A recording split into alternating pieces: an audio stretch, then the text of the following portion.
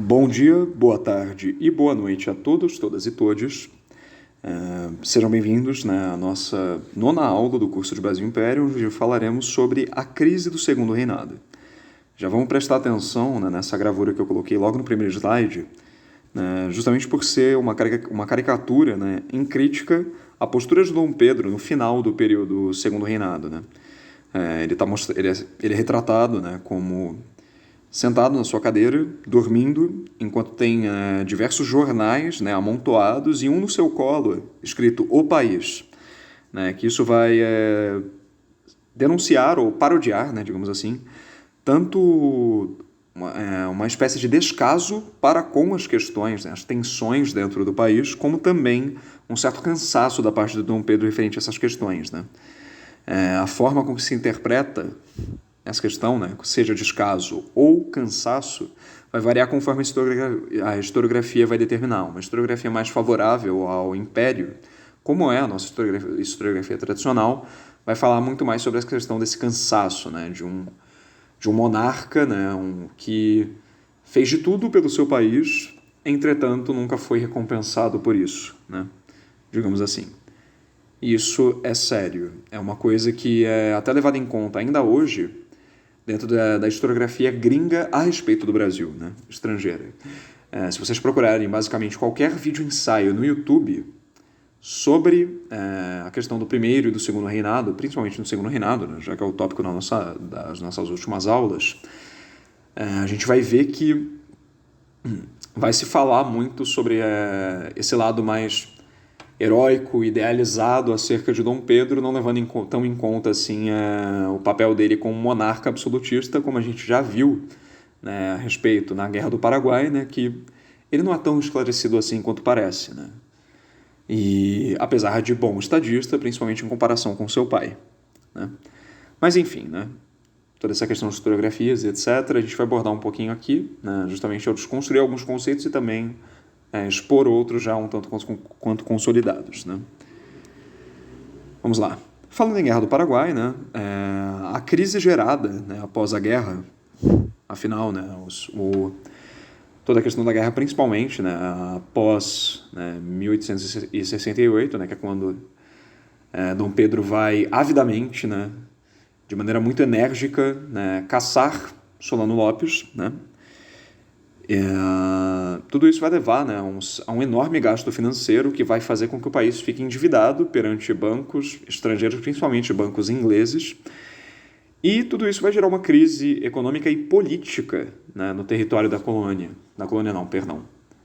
Do Império. E no meio dessa crise vão surgir, dentre as transformações sociais e políticas já mostradas na aula anterior, seja no que tange a política externa, seja a política interna, seja a economia, a gente vai ter algumas figuras que vão ascender como novos agentes sociopolíticos e econômicos nesse período. Que vão querer se colocar no centro das discussões políticas, sendo eles, pensando, por exemplo, na questão do Oeste Paulista como polo econômico, ou seja, a recente elite cafeicultora do Oeste Paulista, que vai ter um enorme poder econômico, entretanto, não vai ter participação política. A gente também vai ter a figura do Exército, que vai buscar uma maior participação e voz nas questões políticas, mas especificamente, após a vitória da guerra, ele vai buscar reivindicar essa afirmação como um grupo político relevante dentro dos assuntos públicos. Até porque, apesar da vitória, houve enormes perdas materiais e também perdas de soldados, vidas perdidas ali, de soldados brasileiros. E, entretanto, como uma mera ferramenta, um braço repressivo do Império, eles serão tratados apenas como isso. Não haverá compensação acerca disso, não haverá qualquer esclarecimento acerca ou qualquer pedido de desculpas ou reconhecimento do seu esforço. E também, em meio a tudo isso, a gente vai ter também, pensando em toda essa questão da efervescência econômica no país, que havia ocorrido anteriormente a essa crise, a gente vai ter uma classe média urbana formada por comerciantes, pequenos industrialistas e profissionais liberais. Quando a gente fala de profissionais liberais, A gente está se referindo a profissões que não necessariamente se encaixavam, né, nesse período a toda essa noção, né, do nosso país como, né, uma monarquia, monocultora, agroexportadora e escravista, né? Né, dentre esses a gente pode destacar, por exemplo, os advogados, médicos, jornalistas, né, a imprensa como um todo. São profissões de classe média, né, muito associadas ao ambiente urbano e que, né, à medida que essa classe média é colocada em foco em meio a todas essas questões, né, essas tensões, vai buscar também querer se afirmar como uma voz política relevante, né, para as discussões políticas, né, para a vida pública do país, né. Também a gente vai ter a questão da igreja buscando por mais liberdade, uma vez que o clero vai descontentar, né, Pedro II, uma vez que, né, sujeito ao Papa, né, poderia não se curvar a todas as denominações, todas as demandas imperiais, bem como, né, o fato de que, em boa parte dos levantes, né, separatistas ou federalistas ao longo da história, né, principalmente, né, pensando já no Brasil Império, né, aliás, desde até o período joanino, né, até um pouco antes disso, a gente tem a igreja como uma figura fundamental dentro desses levantes, né, na sua liderança, né, por vezes. Então, tudo isso, né, vai fazer com que eles sejam relegados, né, cada vez mais dentro da política brasileira, e eles vão querer buscar se afirmar, né, dessa forma, né, em meio a toda essa tensão. E o governo imperial, por sua vez, né, vai se mostrar altamente conservador e reacionário quanto às questões citadas, né. Como exemplo disso, a gente pode pegar a questão do próprio movimento abolicionista, né, que está crescendo bastante nesse período.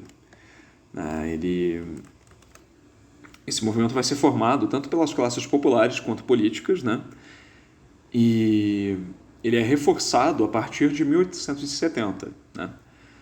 Mais especificamente, né, pensando nessa conjuntura, né, em 1870 a gente já tem, né, bem próximo ali da aprovação, uma lei, né, algumas leis abolicionistas, né. A gente pensando lá atrás, né, desde a Bill Aberdeen, né, que a gente já mencionou aqui, né, permitia à Marinha Britânica confiscar e abater qualquer barco suspeito de tráfico negreiro. Com isso, né, a discussão acerca da abolição vai começar a ser mais pautada no parlamento brasileiro. E aí a gente vai ter, né, já nessa conjuntura, Eusébio de Queiroz, né, a lei Eusébio de Queiroz, em 1850, que vai colocar o fim ao tráfico de escravos. Entretanto, isso não vai eliminar o regime escravocrata, tampouco o próprio tráfico em si, né, só vai dificultá-lo. Né, a gente está falando de 1870, né, em 1871 a gente tem a lei do ventre livre, né, que vai libertar a partir daquele ano as crianças nascidas de mães escravas. Também a gente vai ter, né, em 1885 a lei dos sexagenários, né, que vai beneficiar os escravos com mais de 65 anos. E por fim, a Lei Áurea em 1888. A questão é que a gente tem na nossa historiografia uma questão de se colocar, né, como causa do abolicionismo, seja a pressão britânica, um foco na pressão britânica, ou numa certa benevolência da parte do Império, né, principalmente na figura da princesa Isabel. Entretanto, ao ignorar, né, e como a gente já falou, né, sobre como a historiografia também, a história vai se mostrar como uma narrativa de afirmação, né, do poder de uma classe sobre outra. Pensando em todo esse contexto, né, de abolição da escravidão, seria muito mais prático, né, para um governo das elites colocar, né, a responsabilidade pela abolição, né, nas costas do Império ou nas costas dos britânicos, né, deixando completamente apagados na nossa história os abolicionistas, né. A gente tem, por exemplo, né, o André Rebouças, que foi, né, uma figura extremamente importante dentro da coroa, né, da corte, né, se tornando até mesmo amigo pessoal de Dom Pedro, né, um negro filho de um ex-escravo que conseguiu, né, alçar todo esse posto, né, ele se torna basicamente o maior engenheiro civil da história do país, né. E a gente só o conhece através de uma avenida, né, a Avenida Rebouças, né, que basicamente, né, a gente conhece de nome, mas não sabe quem é, né, André Rebouças. E, aliás, o caso dele é até um tanto quanto curioso, né, porque ele vai se colocar contra a questão da abolição da escravatura, uma vez que ela vai ser feita, né, dentro de um projeto, né, da elite brasileira. Né? Eles não vão buscar a integração dos negros libertos na sociedade, não vão buscar ressarcimento, né, uma espécie de indenização pelos danos causados, né, pela dívida histórica causada. E, na realidade, né, em termos de indenização, eles vão indenizar, na realidade, os fazendeiros, né, os grandes fazendeiros e donos de escravos. Então a gente vê como há um certo cinismo, né, da parte do Império em lidar com essas questões, seja por todo esse tortuoso processo, né, de aprovação de leis que vão libertando peronomútil, né, os escravos, seja também por esse apagamento histórico que a gente vai ter, né, a partir da República, da contribuição desses abolicionistas. Né? Uma obra que vai abordar muito bem essa questão é o livro Flores, Votos e Balas, né, o movimento abolicionista brasileiro, de 1868 a 1888, escrito por Ângela Alonso, né, que ele vai falar justamente sobre a formação desse movimento abolicionista. Né?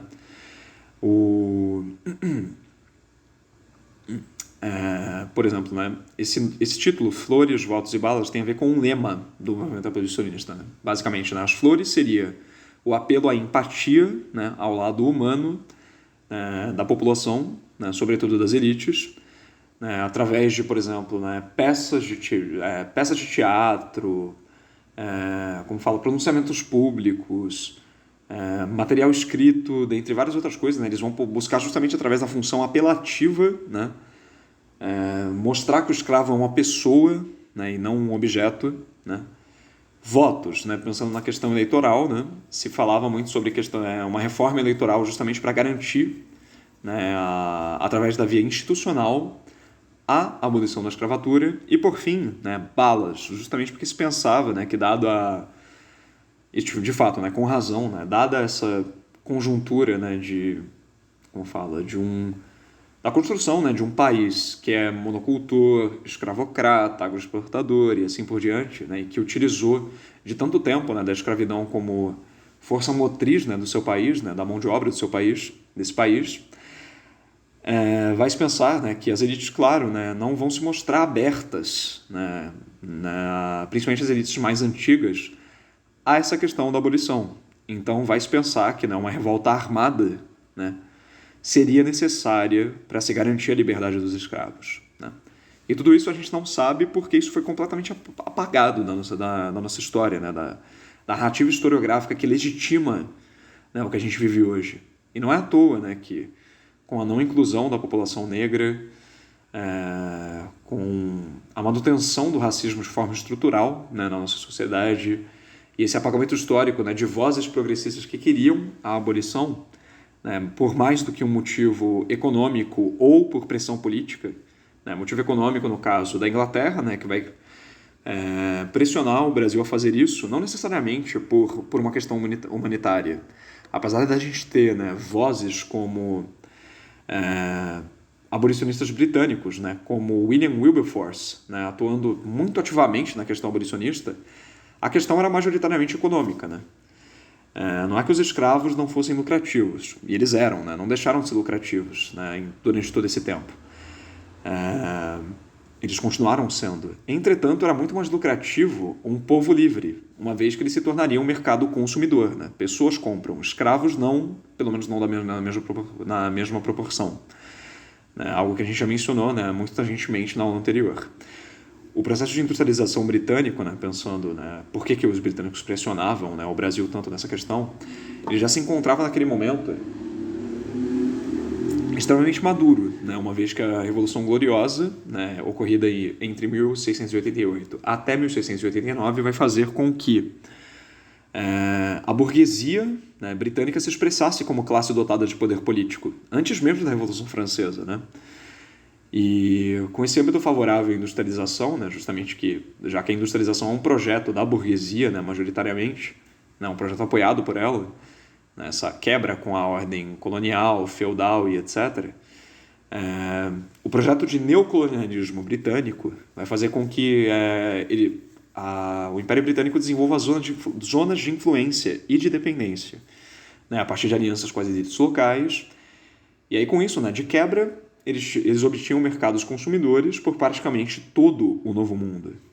Né, e a sua relação com o Brasil forçaria o nosso país à criação de leis que internamente minariam aos poucos a escravidão, né, enquanto, por exemplo, né, a Marinha Britânica impedia o tráfico negreiro, né, na base da força. E aí a luta abolicionista, né, crescendo enormemente por aqui, também em virtude disso, né, uma vez que o governo se mostrando cada vez mais flexível a essa questão, vai trazer um âmbito favorável à luta abolicionista. Né? Entretanto, né, os abolicionistas vão ser completamente esquecidos. Né? Vai se pensar como abolicionista, né, britânicos, como o próprio William Wilberforce, ou como a Princesa Isabel. Né?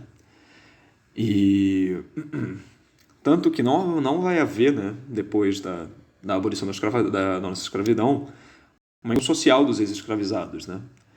Afinal, recém-libertos, né, o termo recém-libertos é um tanto quanto exagerado, por isso que eu prefiro utilizar, e não só eu, né, uma série de historiadores também, né, da atualidade, utilizar o termo ex-escravizados, já que a liberdade na prática, né, não ocorreu na prática para eles, apenas na institucionalidade. Né? E tanto que, por exemplo, né, poderia-se usar os negros de mão de obra, entretanto, o que a gente vai fazer? Trazer mão de obra pobre europeia para cá, né? Que na realidade vai ser utilizado para embranquecimento populacional, né, através da mestiçagem. Né? E o trabalho basicamente servil, né, apesar de assalariado dessa mão de obra pobre europeia, vai fazer com que eles tenham, né, uma condição de vida não tão melhor do que as condições de vida, né, das quais eles estavam fugindo, que era o quê? Né, num contexto das nações industrializadas, né, a exploração do trabalhador, né, na indústria, né, no período na eclosão da industrialização, é extremamente tortuoso. Né? A gente está falando de, né, 16 horas de trabalho, às vezes até mais, crianças trabalhando, mulheres trabalhando, que vai representar uma completa ruptura com diversas coisas, né, de como se tinha a ideia de trabalho, pensando no regime feudal, que ainda, né, trazia um pouco das suas reminiscências, né, mesmo com o crescimento do comércio, do ambiente urbano e assim por diante. Né? E com isso, né, com todo esse processo, por exemplo, né, do abolicionismo, né, os senhores de escravos vão ficar como? Né? Eles vão... Os senhores de escravos, eles vão, né, os grandes latifundiários, inclusos os do café, né, que defendiam da mão de obra escrava, né, para enriquecer, eles vão ficar extremamente insatisfeitos com o Império, né, que na realidade só estava fazendo isso por uma questão de pressão política. Né? Uma vez que toda essa questão abolicionista estava levando a tensões, seja de setores mais progressistas, seja de setores conservadores da população, o Império vai se ver obrigado, né, politicamente, a abolir a escravatura em definitivo, lá em 1888. E, aliás, né, Princesa Isabel vai fazer isso com o apoio, né, com o crivo de Dom Pedro, que apesar de não estar no país nesse momento, né, tanto que é nesse contexto que a Princesa Isabel vai ser colocada como regente, ele vai aprovar isso, não porque era, né, um progressista ou algo parecido, se bem que toda essa questão, por exemplo, da amizade pessoal de Dom Pedro com André Rebouças traz, né, um pouco acaba, digamos assim, né, alimentando um pouco mais desse mito. Mas, na realidade, né, uma ruptura com a ordem escravista representaria, basicamente, né, uma quebra, né, a economia brasileira quebraria, né, basicamente. Então, a gente já vê que o negócio não era tão... Né, a coisa não era tão por uma questão humanitária apenas ou por progresso. Né? Aliás, até progresso sim, né, mas progresso capitalista. Então, antes disso mesmo, né, da abolição, é lançado em 1870, né, justamente por todos esses agentes políticos que estão surgindo nesse período, o Manifesto Republicano, né, sugerindo novos caminhos para o Brasil. Entretanto, né, o governo imperial, né, vai ter uma certa reação a todas essas novas, né, vozes políticas que estão surgindo. Né?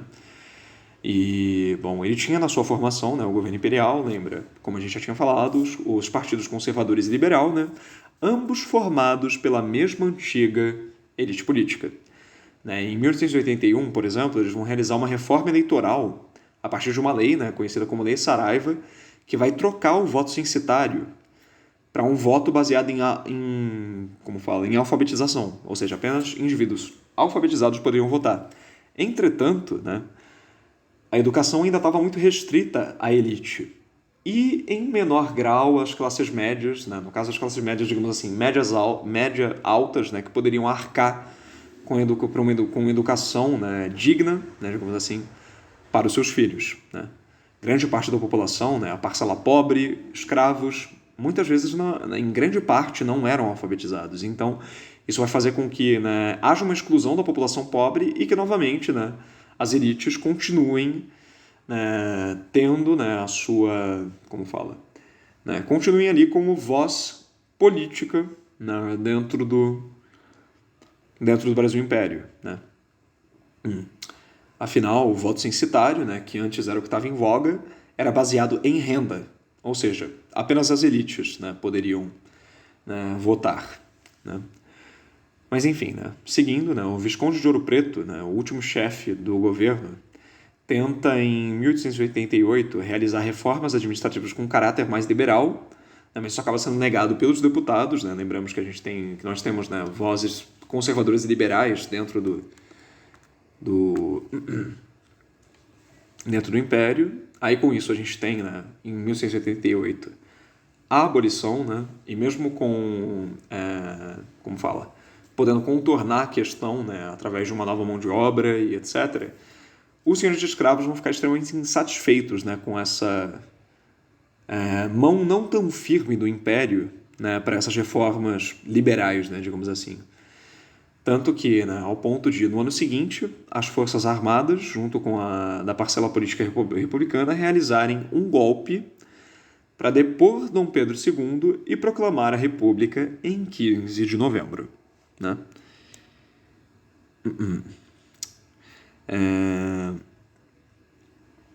Aliás, né, eu acho que até acabei atrasando a questão do slide, né? Peço perdão por isso, né? Já que os slides já estão falando, né, um pouco topicamente, né?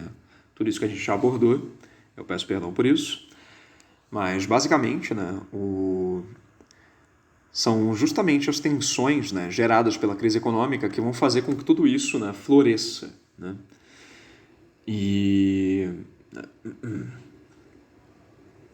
Peraí... a gente tem que lembrar também, né, que... pensando em questão de datas, nomes, etc., né, uma data e um nome bastante relevante, né, para esse processo, né, 15 de novembro de 1889, justamente quando ocorre, né, o golpe republicano, né, liderado pelo Marechal Deodoro da Fonseca, que vai ser, né, o primeiro presidente, né, dessa instituída, né, nova república. E com isso a gente chega, né, basicamente, né, ao fim da aula, certo? Bom, como conclusão, a gente já basicamente abordou, né, todos esses temas, né, pensando nos seus desdobramentos.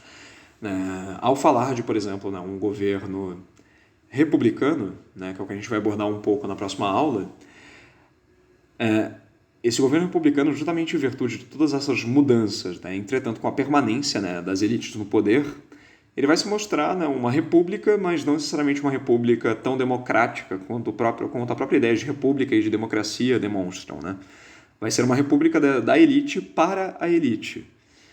E isso vai mostrar, né, como até mesmo as vozes republicanas, né, a não ser, claro, aquelas mais radicais, não queriam uma ruptura completa com a ordem vigente, mas sim uma transição, né, na esfera do poder, né? Trocar, né, o império por uma república, mas ainda assim mantendo os interesses, né, das elites, ou seja, vão poder, né, através disso, né, desenvolver um governo forte, né, e que também vai priorizar, né, novamente toda aquela questão do federalismo, que era justamente o que, né, dentre muitas outras coisas, leva à insatisfação, né, e um certo desinteresse, né, das elites pelo governo monárquico, né? Mas enfim, né, pensando já em como tudo isso vai se dar, é bom que a gente já aborde, né, a nossa questão, né? Vamos lá. O enunciado, né? Já vamos começar por aí.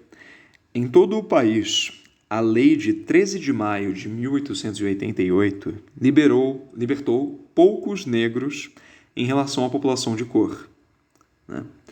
A maioria já havia conquistado a alforria antes de 1888 por meio de estratégias possíveis.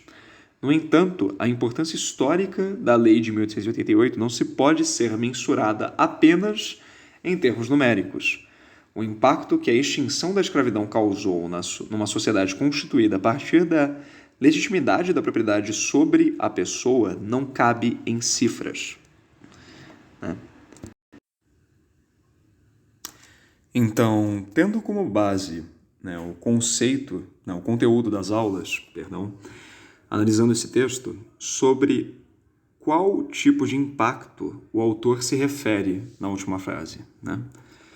E aí vamos às alternativas, né, justamente para a gente primeiro, né, ver todas e depois ir minando, né, eliminando aquelas que não se encaixam, né, e que não fazem sentido, né, digamos assim, nessa parte, né, no que a questão pede, né, digamos assim. Então vamos lá, né? Que tipo de impacto, né, que ele está se referindo na última frase, né? Falando dessa questão, né? O impacto que a extinção da escravidão causou numa sociedade constituída a partir da legitimidade da propriedade sobre a pessoa não cabe em cifras, né? O que ele está dizendo, né? Ele está falando sobre impacto, a alternativa A vai dizer, né? Impacto jurídico, uma vez que a abolição da escravatura representou um avanço sem precedentes no âmbito institucional. B, financeiro, pois o dano causado aos senhores de escravos era irreparável, né? A expressão não cabe em cifras denota isso. C, social, pois antes da Lei Áurea, um negro não podia circular livremente pelos espaços públicos numa lógica que não a de exploração, né? E também, né, no caso, uma postura, né, de subalternidade, né, digamos assim, né? Uma vez que até mesmo negros livres não eram tão tidos, né, como parte da população, né, como aos brancos, às elites e assim por diante. D, a ineficácia prática da libertação, uma vez que já havia negros libertos suficientes para quebrar o estigma escravista impresso a um período até então progressista quanto o Segundo Reinado. E político, né, posto que a sociedade, enfim reconhecida, ainda que com ressalvas, né, posto que a sociedade, enfim reconhecia, ainda que com ressalvas, que o corpo social brasileiro era formado por indivíduos livres, iguais perante a lei. Uma ruptura com a normalização do escravismo após 300 anos de existência dessa instituição. Então, vamos lá, né? Alternativa A, né, eu já vou adiantando, ela está incorreta, justamente porque, assim, não que a abolição não tenha representado, de fato, né, um avanço no âmbito institucional. Mas até então, assim, sem precedentes, é meio que dar uma forçada, né, na questão, justamente porque, como a gente já falou, houve, né, uma série de leis e uma série de... Como que fala? O Império ele vai cedendo aos poucos para que isso aconteça, não é como se fosse algo repentino e totalmente de ruptura, né? Afinal, também, né, a gente vai ter a não inclusão do negro na sociedade, o que já implica por si só, né, numa coisa não necessariamente um avanço tão sem precedentes assim, nem tanto um avanço, né, mas sim, basicamente, as elites sendo forçadas a largar a mão, né, e claro, né, o Império sendo forçado a largar a mão da escravatura, né? Pensando no financeiro, né, também está incorreta a alternativa B, né, porque está falando, né, do dano aos senhores de escravos, né, que seria irreparável. Na verdade, ele não é irreparável, tanto que eles vão receber indenização, né, em virtude disso, e claro, vão encontrar na mão de obra livre e assalariada pobre, né, de imigrantes, uma forma de contornar tudo isso e, na realidade, né, manter os seus lucros, manter os seus privilégios enquanto classe e assim por diante, né. A C, social, né, o impacto social, está correta justamente porque, né, tá se falando, né, sobre a exclusão do negro na sociedade, né, que ainda está presente naquele momento, ou mesmo que houvesse, né, uma certa inclusão, né, digamos assim, dos negros na sociedade sobre outras formas, ou até mesmo sobre a questão da alforria, né, de se comprar a alforria, né, entre outras coisas. Né, mesmo assim, uma grande parte dos escravos ainda estava, né, uma grande parte dos negros ainda estava sob regime escravista. Então, a maior parte, né, o grande impacto vai ser social, não só por essa pequena ruptura, como também depois, né, como se fala, pela manutenção, né, da exclusão do negro da sociedade, só que sob outros contornos. Então, o impacto social que isso vai causar se faz sentir até hoje, né, com a questão do racismo estrutural, a questão da associação entre raça e pobreza, né, a questão econômica, seja também uma questão do racismo, como também postura individual, né, de pessoas a respeito de pensar o negro como inferior ou de zombar do negro e assim por diante. Então, a C é a mais correta dentre essas, né, mas aí então vamos, né, falar da D, né. Ao falar a D, ela está incorreta justamente por falar, né, que havia negros libertos suficientes para quebrar o estigma escravista. Na verdade, esse estigma escravista só seria quebrado com o fim do escravismo, não com a sua continuidade, só que agora com pessoas sendo libertas aos montes. Não era assim também que a banda tocava. Até porque se assim fosse, os senhores de escravos estariam perdendo muito dinheiro e muito do seu poder político, né? A elite estaria perdendo seu poder, o que com certeza não era o seu intento, né, digamos assim, ao finalmente, né, ceder a essas pressões, né, em meio a toda essa conjuntura de movimento abolicionista, as transformações sociais, né, ocorridas nesse período. E a E está incorreta justamente porque está se falando, né, de ruptura com a normalização do escravismo após 300 anos de existência dessa instituição. Na realidade, essa normalização do escravismo não existe até hoje, de certo modo, né? A gente consegue pensar, né, ideologicamente falando, né, devido à narrativa construída acerca da história do país e com a questão escrava, a gente consegue, digamos assim, normalizar a escravidão, pensar que era um mal necessário para aquele momento, né? E de fato a gente tem gente literal falando isso ainda hoje, né? E reconhecer que o corpo social brasileiro era formado por indivíduos livres e iguais perante a lei, convenhamos que já não era tanto assim, né? A gente está falando de algo que foi feito, né, mediante pressão política, não por um reconhecimento de que era necessária essa mudança, de que os negros eram pessoas e tal, até porque se fosse assim eles teriam sido incluídos na sociedade, o que não aconteceu. Então, enfim, né, a alternativa correta é a C, né? Eu gostei bastante dessa questão justamente por ela trazer à tona, né, aspectos, né, dessa questão do papel das elites, da questão do abolicionismo, né, não pensando, né, no caso do movimento abolicionista, mas como essa narrativa do abolicionismo é criada e construída, dentre outras questões, né. E aí eu também gostaria até de voltar um pouco, né, já que a gente está falando, né, já que a gente já está chegando à conclusão da nossa aula,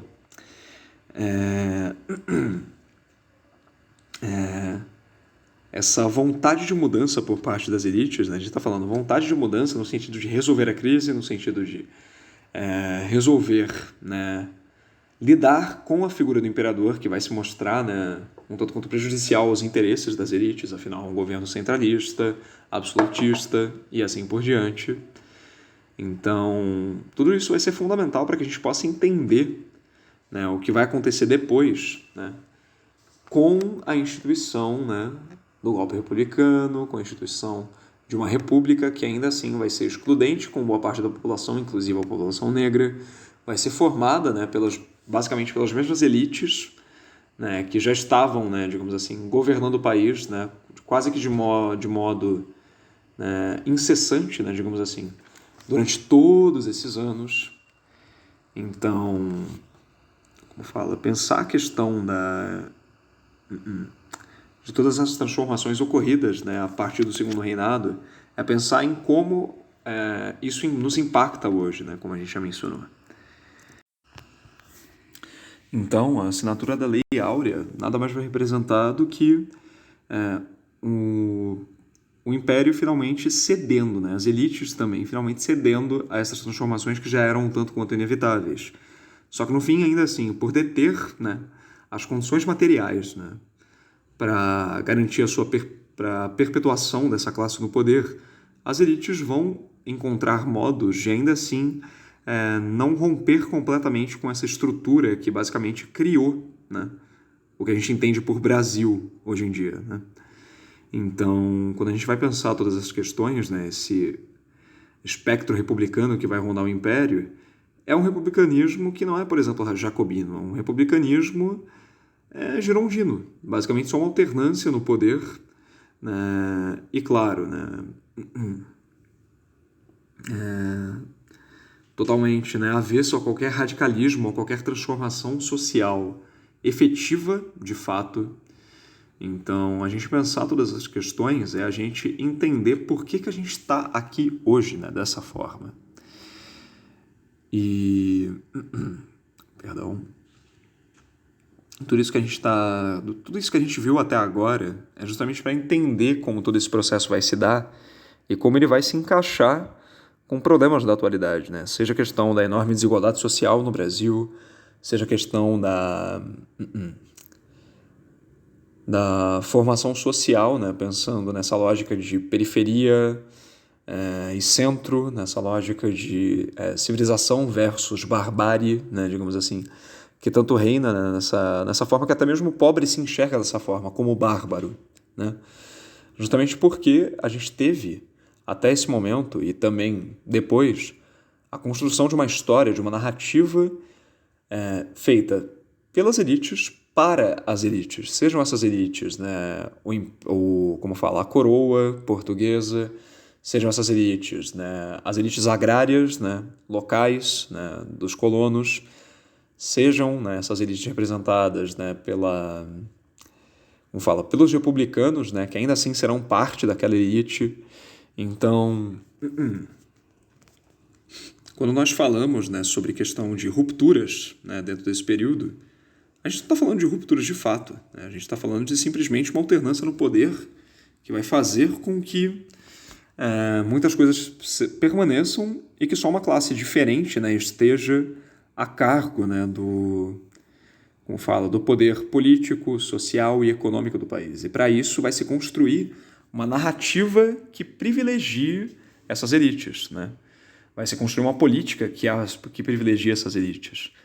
E, mais uma vez, né, assim como em outros períodos da nossa história, as camadas populares vão sendo relegadas à mera massa de manobra ou, né, digamos assim, carne para macetar, né, uma vez que elas buscam se rebelar ou se afirmar politicamente também como classe.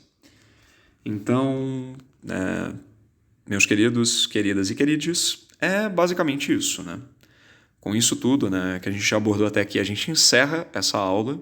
E na próxima aula a gente vai ter uma ideia, né, assim como mais detalhes acerca, né, dessa conjuntura do movimento republicano, também vamos ter uma palhinha do que foi o governo republicano em si, né, nesse primeiro momento, a tal da República Velha, né? Então é isso, né? Espero que todos tenham tido proveito dessa aula. Peço desculpas por qualquer problemas técnicos aqui na feitura, né, dessa videoaula. E desejo um bom descanso, né, a todos, todas e todes. E até a nossa próxima e última aula.